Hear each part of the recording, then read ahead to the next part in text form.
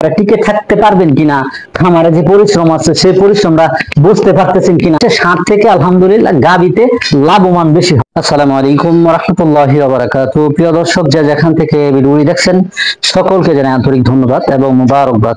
আশা করি সকলে ভালো আছেন আলহামদুলিল্লাহ। নতুন খামারি হতে চাচ্ছেন, চিন্তা ভাবনা করতেছেন, টেনশনে ভোগ করতেছেন যে আমি কি ষাঁড় দিয়ে শুরু করব না গাবি দিয়ে খামার শুরু করব, এরকম অভিজ্ঞ লোক পাচ্ছেন না, কিছু পরামর্শ নেবেন। তাই আজকে আমি সেই নতুনদের উদ্দেশ্যে আমার অভিজ্ঞতা আলোকে এবং যে সমস্ত বড় বড় খামারিদের সাথে বর্তমানে আলহামদুলিল্লাহ উঠা বসা করতেছি তাদের পরামর্শ এবং আমার পরামর্শ সেটা আপনাদেরকে কিছু তথ্য দেওয়ার চেষ্টা করব। প্রথম থেকে শেষ পর্যন্ত ভিডিওটি যদি মনোযোগ সহকারে দেখেন তো অবশ্যই এখান থেকে আপনার সংকোচ থাকবে না যে আপনি কি নিয়ে শুরু করলে আপনার জন্য প্রথম অবস্থায় ভালো হবে।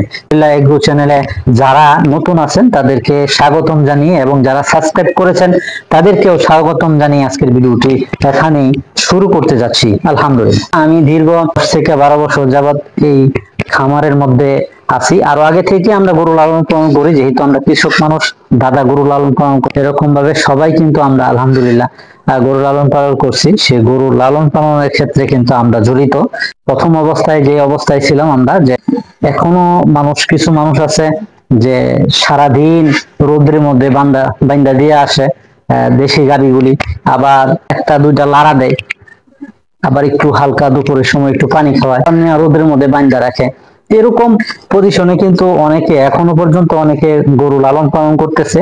তবে আধুনিক যুগ, আমরা দুধ এবং মাংস উৎপাদনে কিভাবে এগিয়ে যেতে পারি, আমাদের বাংলাদেশ কিভাবে স্বয়ং সম্পূর্ণ হবে দুধ এবং মাংসের মাধ্যমে, কিন্তু আমরা যে আগে যেভাবে গরুগুলি লালন পালন করতাম সেই পদ্ধতি লালন পালন না করে এখন কিন্তু খামারে একবারে গরুগুলি বেঁধে অনেকে অনেকভাবে পালে। তবে গরু মোটা তাজা করতেছে, কেউ গাভী লালন পালন করতেছে, দুধ খামার করতেছে। আমি নতুন খামারি হিসেবে আমার জন্য কি গরু সবচেয়ে বেশি ভালো হয়, যদি আমার অভিজ্ঞতা আলোকে আমি বলতে চাই, তাহলে আমিও কিন্তু ষাঁড় গরু প্রথম অবস্থায় দেশি গাভী এবং ষাঁড় গরু দিয়ে আমি কিন্তু খামার শুরু করেছিলাম। আলহামদুলিল্লাহ, দীর্ঘ অভিজ্ঞতা জার্নির আলোকে আমি যে তথ্যগুলি আপনাদেরকে দিতে যাচ্ছি সেটা হচ্ছে, হাত করে যদি আপনি গাভী গরুতে ঝুঁকেন, একটা গাভী গরুতে 10 কেজি 15 কেজি 20 কেজি দুধের গাভী যদি একটা নিয়ে আপনার লালন পালন করা শুরু করেন, ধরেন আপনার এলাকার মধ্যে দুধের দাম বেশি, দুধের দাম বেশি দেখে যে আপনি হুট করেই আপনি কোনো সময় গরুর লালন পালন সম্পর্কে অভিজ্ঞতা নাই, কারোর সাথে উঠা বসা নাই, কোনো পরামর্শ নাই, ইউটিউব দেখে আপনি গরু কিনেছেন, ইউটিউব দেখে আপনি দুগ্ধ খামার করতে চাচ্ছেন কিংবা করছেন, তো পরবর্তীতে দেখা গেছে আপনার বড় ধরনের সমস্যা হতে পারে, চালান শেষ পর্যন্ত চালানো চলে যেতে পারে। যারা নতুন খামারি হতে চান কিংবা নতুন খামার করবেন তারা অবশ্যই অন্তত আমার যে পরামর্শ থাকবে, এবং বড় বড় যে খামারিগুলোর সাথে আমি এখন উঠা বসা করছি তারাও পরামর্শ এটাই দেয় যারা একবারে নতুন তাদের জন্য কিন্তু ষাঁড় লালন পালন করা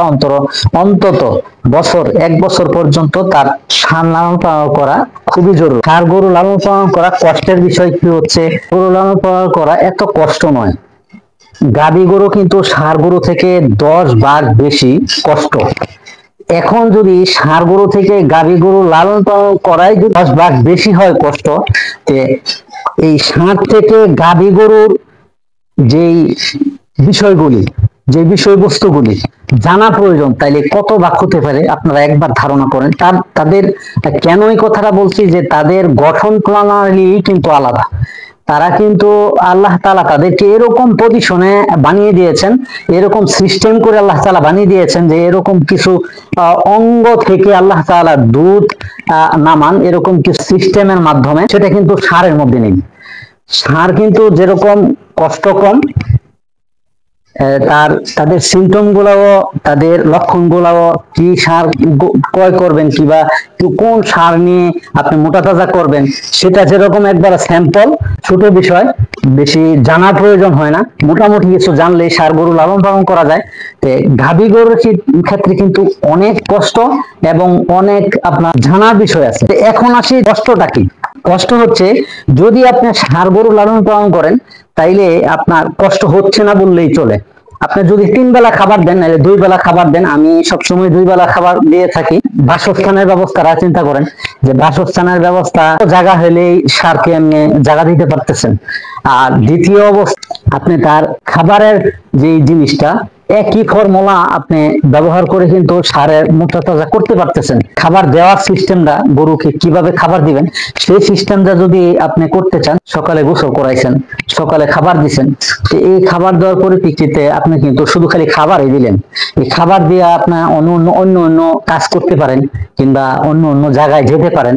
আপনার কোনো টান্ডা নাই, আপনার কোনো সমস্যা নাই, আপনার এখানে আর কোনো চিন্তা ভাবনা করতে হইতেছে না। যদি আসি সারের পূজার সিমটম কি, কিংবা তাদের গঠন কি ক্রয় করতে পারি, যেমন যদি বকরিদের জন্য, কোরবানি ঈদের জন্য যদি আমরা সার লালন পালন করি, সেটা মানুষ বেশি চয়েস করে।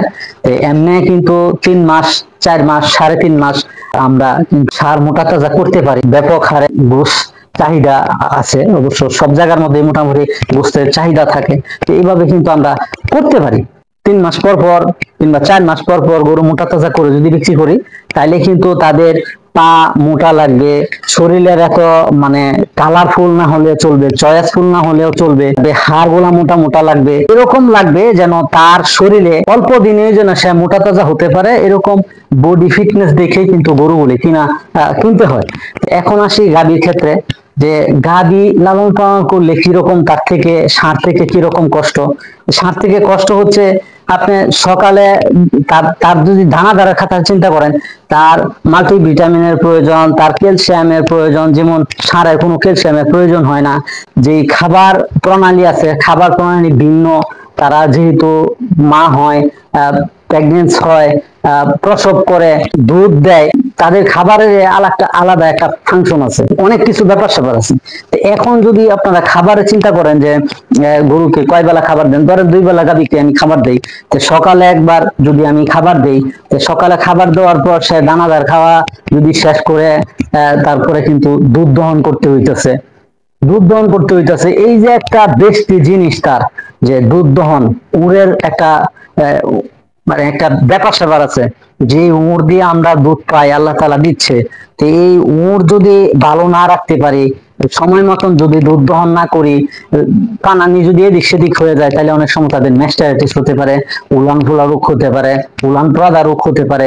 এই সমস্ত রোগে কিন্তু গাভী বাতিল হয়ে যায়। তার কথা 2 লাখ টাকার গাভী 1 লাখ টাকা পরে বেচা যায় না, এরকম পরিস্থিতি হয়ে দাঁড়ায়।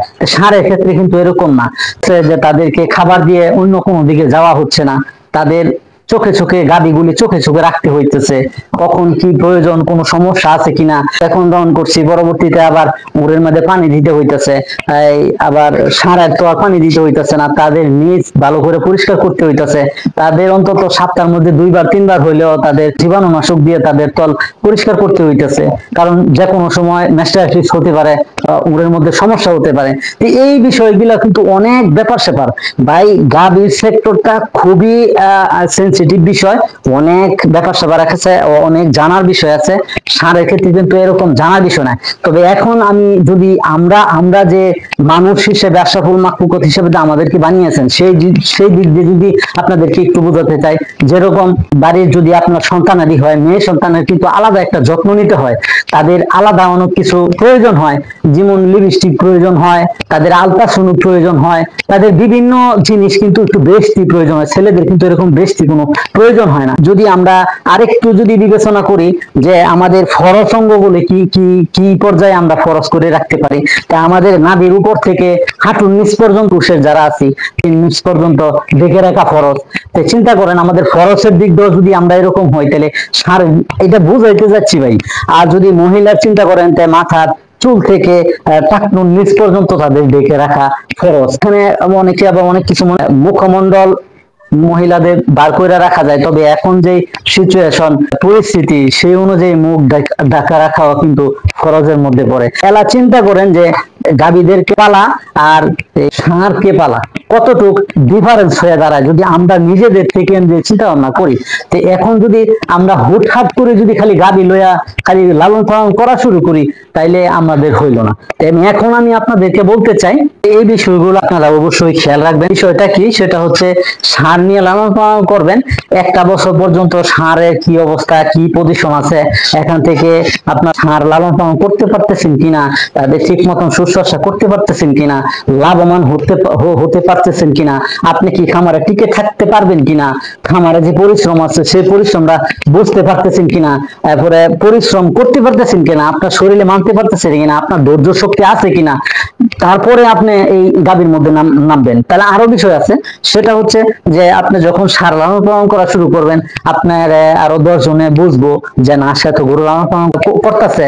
যারা বড় বড় খামারি আছে তাদের সাথে আপনি উঠা বসা করলেন, যারা গাভী লালন পালন করে আপনার সার পালার পাশাপাশি তাদের সাথে উঠা বসা করলেন, তাদের ফার্মে গেলেন, তাদের সলা পরামর্শ নিলেন, তাদের গাভীগুলা কি করতেছে, তাদের গাভীগুলা কি শুশ্রূষা করতেছে, তাদের গাভীগুলোকে কিভাবে দুধ দহন করতেছে, আপনার দুধ দহন নাও শিখা থাকতে পারে, কিভাবে দুধ দহন করে এবং কি কি দানাদার খাবার দিচ্ছে বেশি, তাদের কি পরিচর্যা প্রয়োজন, এবং কখন আপনার গাভী হিটে আসতেছে এবং প্রেগনেন্সি হলো কিনা, বিয়ানের সময় কি কি লক্ষণ দেখতে পারেন, কোন সমস্যা আছে কিনা, এই নানান বিষয় সার পালন করতে করতে আপনি যখন শিখে যাবেন তখন আপনি গাভী নিয়ে শুরু করতে পারেন। তবে একটা কথা আপনাদেরকে এটাই বলবো শেষ মুহূর্তে, সেটা হচ্ছে ষাঁড় থেকে আলহামদুলিল্লাহ গাভীতে লাভবান বেশি হওয়া যায়। তো তাই বলে 100 টাকা দুধ নাইলে 500 টাকা কেজি দেখা দুধ, তেল লেগে কি আপনারা আবুল যা না শুন কি গাভী নিয়ে সেক্টরে আসা সম্ভব হইবে?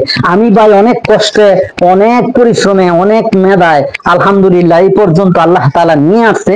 তবে আমার জন্য দোয়া করবেন। এই ষাঁড় দিয়ে কিন্তু আজকে আমি এই গাভীর সেক্টরে আছি। এখন আমার এখানে কোনো ষাঁড় নেই। 3 মাস কিংবা 3.5 মাস কিংবা 4 মাস পর পর কিন্তু আমি ষাঁড় লালন পালন করে আমি বাজারে বিক্রি করছি।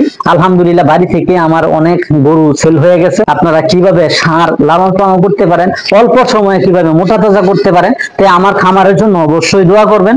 আল্লাহ রাব্বুল আলামিন যেন এই খামারকে কবুল করে আমার জন্য আল্লাহ তাআলা বড় করে দেয়। আপনারা যে যে কাজ করেন কিংবা খামার চিন্তা ভাবনা করছেন কিংবা খামার দিচ্ছেন, তাদের সকলের জন্য দোয়া রেখে আমার জন্য দোয়া চেয়ে আজকে এই পর্যন্ত। অন্য নতুন কোনো ভিডিওতে আবারও হাজির হয়ে যাব। আমা তৌফিক ইল্লা বিল্লাহ, নাসরুম মিনাল্লাহ ওয়া ফাতহুন কারীব। আসসালামু আলাইকুম ওয়া রাহমাতুল্লাহি তাআলা ওয়া বারাকাতুহু।